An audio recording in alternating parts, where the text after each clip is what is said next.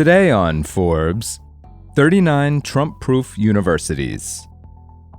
Quote, "Research powers progress" is splashed in white text across the Harvard University homepage, a tagline preceding a string of the Ivy League university's recent scientific breakthroughs. Those breakthroughs include more effective treatments of clinical depression and achievements in robotics helping stroke victims regain mobility. It's also a not-so-subtle rebuke of the Trump administration's wide-ranging attack on university research funding.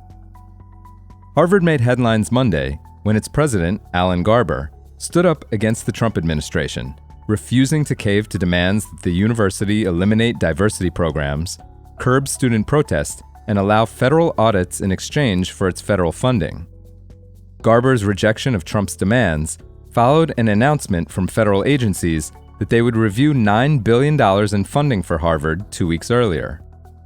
The Trump administration swiftly hit back, freezing $2.2 billion in multi-year grants and $60 million in multi-year contracts for the university. On Tuesday morning, Trump threatened to strip the university of its tax-exempt status via a post on Truth Social. It's a dramatic loss of funding, but as Garber likely calculated, Harvard can afford it.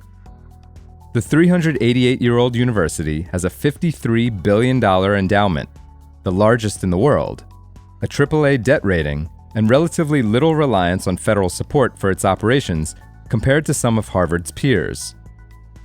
While rare among America's thousands of colleges, Harvard is not alone. Forbes has identified 39 schools that have the revenue diversity and the financial strength, primarily in the form of a large endowment, to resist the Trump administration's demands to come to heel, which have been under the guise of combating anti-Semitism on campus.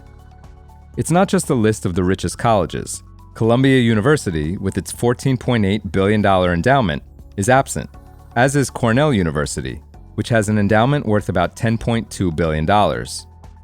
Both of these Ivy League institutions enroll tens of thousands of students, far more than some of their peers, and have per-student endowments of about $360,000 each.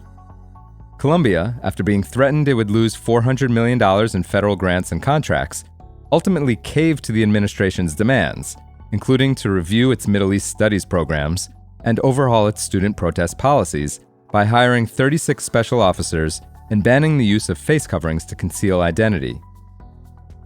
All 39 of the institutions on our list have endowments worth at least $500,000 per student and earned at least a B+ grade on the Forbes Financial Grade ranking. All but one of the schools, $33 billion endowment Princeton University, relies on federal dollars for 20% or less of its operating revenues. In February, Yale University, with a $40.7 billion endowment and A+ financial grade, announced a plan to continue funding faculty members and graduate students whose grants were unexpectedly terminated. Other wealthy, private research institutions also appear on the list, including the University of Notre Dame, Vanderbilt University, and Washington University in St. Louis.